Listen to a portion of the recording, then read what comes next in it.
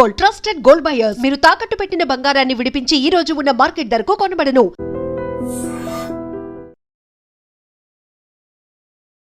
Ma'am, తర్వాత rowdy inspector cinema అప్పుడు మీ fans Kurnool జిల్లాకు మీరు వెళ్ళినప్పుడు మూవీ పరంగా అక్కడ ఎంతోమంది తండోపతండాలుగా విజయశాంతి గారిని చూడడానికి వచ్చేసినప్పుడు చాలా ఉద్రిక్త పరిస్థితులు నెలకొన్నాయి అప్పట్లో. బాలకృష్ణ గారు మిమ్మల్ని ఆ సిచ్యువేషన్ నుంచి లోపలికి తీసుకొచ్చి వాళ్ళందరినీ చాలా కంట్రోల్ చేశారని చెప్పని విన్నాను. అంటే అది ట్రైన్లో పాట ఉంది కదా, పాట నంద్యాల అనుకుంటాను. అది చేస్తుంటే క్రౌడ్ విపరీతంగా వచ్చేసి అసలు ట్రైన్ ఆపేశారు. నాకు ఆ రోజు కొంత ఫీవర్ వచ్చిందంటే డేలో మొత్తం పాట చేస్తూ విపరీతమైన ఎండ, జ్వరం వచ్చి అయిపోయింది, పాట అయిపోయింది. మళ్ళీ హైదరాబాద్ షిఫ్ట్ అవుతుంది ఇక్కడ వేరే సాంగ్కి. సరే చేస్తుంటే పడుకుంటే ఒకటే అరుపులు, జనాలు భయంకరం, అసలు మామూలు కాదు. ట్రైన్ ఆపి విజయశాంతి బయటికి రావాలి, గొడవ చేశారు. ఇంకా అప్పుడు బాలకృష్ణ తను వెళ్ళి ట్రై చేసి చెప్తున్నాడు, అయినా కూడా లేదు, రావాలంటే ఇంకా నిద్రపోతున్నాను నేను. సో నేను, తారా మాస్టర్ గారు మేమందరం అప్పుడు ఇంకా బయటికి తీసుకొచ్చారు. బాగా వీక్గా ఉన్నా, నీరసంగా ఉంది, ఎండ దెబ్బకి జ్వరం వచ్చి సరే వచ్చి నుంచున్నాను. అంత అరుపులు, కేకలు. ఐ థింక్ 1.5 hour ట్రైన్ అయిపోయింది, కదలనప్పులే. మొత్తం పట్టాల మీదకి వచ్చేసి జనాలు అడ్డంగా అసలు ఇసుకేస్తారు వాళ్ళంత జనాలు వచ్చారు. తర్వాత వాళ్ళు హ్యాపీ ఫీల్ అయ్యి అప్పుడు బయలుదేరి గిద్దాలు పగలగొట్టి అబ్బో బీభత్సం అలా జరిగింది. అప్పుడు రీసెంట్గా చిరంజీవి గారు ఆయనతో పాటు కలిసి వర్క్ చేసిన హీరోయిన్స్ అందరినీ ఇన్వైట్ చేశారు. మేమందరం అనుకున్నాం మీరు ఖచ్చితంగా ఉంటారు అందులో అని, కానీ మీరు అందులో నన్ను ఎప్పుడు ఇన్వైట్ చేసింది లేదు. ఒకటి చేసినా నేను వెదలను నేను, ఎందుకంటే నాకు అలాంటి ఆ పార్టీ ప్రోగ్రామ్స్ అంటే నాకు పెద్ద నచ్చదు. నేను ఫస్ట్ నుంచి షూటింగు నా ఇల్లు సినిమాలు చేసేటప్పుడు. సో పాలిటిక్స్ అంటారా, పాలిటిక్స్ అంటే ఉద్యమాలు, నా ఇల్లు. నా ఫంక్షన్కే నేను నేను వెళ్ళడం.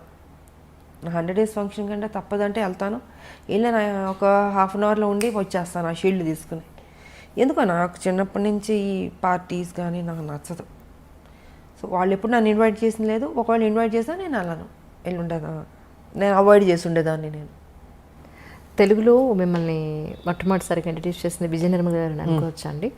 కానీ విజయ నిర్మల గారు అప్పుడు కాలం చేసినప్పుడు కూడా మీరు చాలా వచ్చి నరేష్ గారు వాళ్ళ ఇంటికి వచ్చి చేసినప్పుడు జరిగింది. సో ఆవిడతో మీకున్న ప్రత్యేక అనుబంధం? కొంతమంది మన జీవితంలో మర్చిపోలేమమ్మా, వాళ్ళు తీసుకున్న కేరు. ఒక తల్లిగా ఆవిడ నన్ను, చిన్నపిల్లని కృష్ణ గారి పక్కన, చాలా యంగ్, ఐ థింక్ 79లోనే వచ్చాను, 80s అనుకుంటా సినిమా, ఫస్ట్ తమిళ్ 80sలో.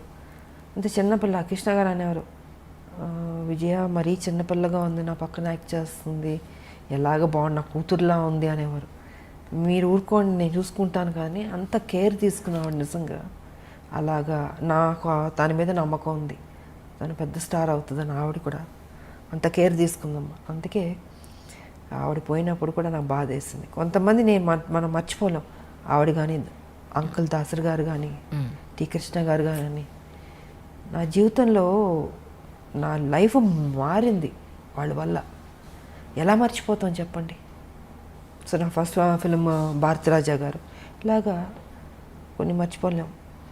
ఇంక మిగతా డైరెక్టర్స్ అంటారు, ఎస్ అఫ్ కోర్స్ నాకు మంచి సినిమా పాత్రలు ఇచ్చారు. విశ్వనాథ్ గారు, జంధ్యాల గారు, మోహన్ గాంధీ గారు, కోడరం కృష్ణ గారు. సో ఇలాంటి హీరోయిన్ సబ్జెక్ట్స్ చేసిన వాళ్ళు డైరెక్టర్లు, వాళ్ళని కూడా నేను మర్చిపోలేను. ఆ గౌరవం ఎప్పుడు ఉంటుంది నాకు వాళ్ళ మీద. కానీ రాజకీయాల్లోకి వచ్చిన తర్వాత, ఎన్నాళ్ళ రాజకీయ జీవితం చూసిన తర్వాత, ఇక్కడ మీరు నేర్చుకున్న లెసన్ అంటే ఏం చెప్తారు? రాజకీయం అంటే పాలిటిక్సే ఉంటుంది. పాలిటిక్సే ఉంటుంది కదమ్మా. ఆ ట్రిక్స్లో మనం వెళ్తూ ఉండాలి, ఎత్తులకు పై ఎత్తులు వేస్తూ ఉండాలి. విజయశాంతి గారితో అవుతుందా అంత రాజకీయ ట్రిక్స్? అలా 25 ఏళ్ళు అయిపోతుంది కదా. అవుతుందా అంటే మరి తెలంగాణ తీసుకురాలేదా, కొట్లాడలేదా? ఏ టైంకి ఏ రకంగా మనం ఇవ్వాలో ఆ దేవుడే నిర్ణయిస్తాడు. జీవితంలో ఒక మంచి దారిని మనం ఎన్నుకున్నాం, ఆ మంచి దారిలోనే నేను వెళ్తున్నాను, ఆ మంచి దారిలోనే నేను సక్సెస్ అయ్యాను. నేను తెలంగాణ అచీవ్ చేయడం అన్నది ఇట్స్ నాట్ అ జోక్. ఒక రాష్ట్రం, నేను ఉద్యమం టేకప్ చేసినట్టు అందరూ నన్ను వెటకారంగా మాట్లాడేవారు. ఈవిడ ఒక మహిళ, ఈవిడ తీసుకొస్తుంది, ఈవిడ కొట్లాడుతుంది, ఈవిడికి అవసరమా, సినిమాలు చేసుకుని హ్యాపీగా ఉండడం ఎందుకు ఈవిడికి అన్నీ అన్నారు. అన్ని మాటలు పడ్డాను, నేనేం పట్టించుకోలేదు. నేను అనుకుంది సాధించాను. అనుకునేవాళ్ళు అనుకుంటారు. ఏ టైంకి మన బుర్ర ఏ రకంగా ఆలోచించాలో ఆ బుర్ర ఆ ఆలోచన దేవుడు డెఫినెట్గా ఇస్తాడు. క్రిమినల్గా ఉండే పాలిటిక్స్ చేయక్కర్లేదమ్మా, మంచిగా కూడా పాలిటిక్స్ చేయొచ్చు. ఇప్పుడు కేసీఆర్ బుర్ర అయితే మాకొద్దు, ఎవడో కోరుకోడు. సూర్యకాంతం గారి క్యారెక్టర్ చూసి అమ్మో సూర్యకాంతం గారు అని భయపడేవాళ్ళం, కానీ నిజంగా ఆవిడ చాలా మంచి ఆవిడ, తెలుసా మీకు? అవును, సినిమా పాత్ర అలాగుంటుంది. సో ఆవిడ పేరు కూడా పెట్టేవారు కాదంటే చాలామంది పుట్టినవాడికి అయ్యో భయం అంటే. బట్ ఆవిడ అంత బంగారం అసలు. నేను నాతో పనిచేశారు ఆవిడ, వచ్చా వండర్ఫుల్. ఆవిడ కానీ నిర్మలమ్మ గారు కానీ ఎంత మంచివాళ్ళు వాళ్ళు.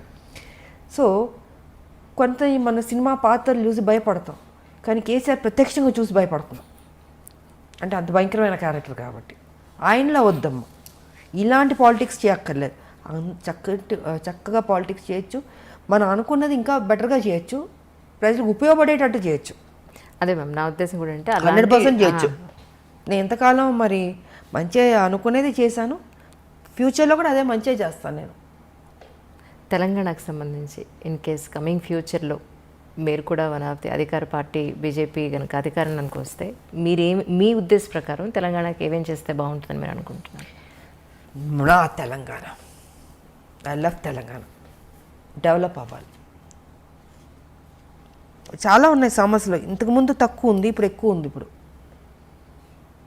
రోజు రోజుకి ప్రజలు కష్టాల్లోకి వెళ్ళిపోతున్నారు, బెటర్మెంట్ లేదు లైఫ్. సో దీన్ని బెటర్మెంట్ చేయాలంటే ఒక నేషనల్ పార్టీ వల్లే అవుతుంది. అది వాళ్ళ బీజేపీకి సాధ్యం అవుతుంది. మోడీ గారు ఇంకా మంచి మంచి పనులు చేస్తున్నారు కాబట్టి.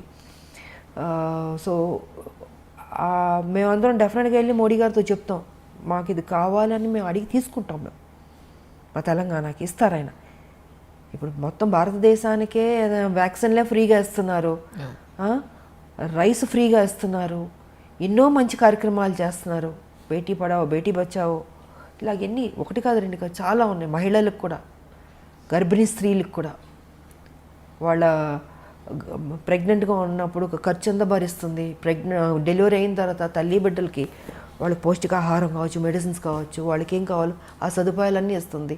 సో చాలా చేస్తుంది బీజేపీ. వాళ్ళ ఎందుకు చేతి మా తెలంగాణకి డెఫినెట్గా చేస్తుంది. మేము అడిగి తెచ్చుకుంటాం. మేము మోడీ గారు మాకు ఇది కావాలి. రేపు దేవుడి దయ వల్ల బీజేపీ తెలంగాణలో వచ్చిందనుకోండి, నిజంగా ప్రజల కష్టాలు తీరినట్టే అని నేను అనుకుంటున్నాను. నేను ఎందుకంటే మేము ఊరుకోం, మేము కొట్లాడైనా తెచ్చుకుంటాం. బట్ కొట్లాడాల్సిన అవసరం కూడా లేదు. డెఫినెట్గా ఈ సమస్య ఉందంటే మోడీ గారు డెఫినెట్గా చేస్తారు.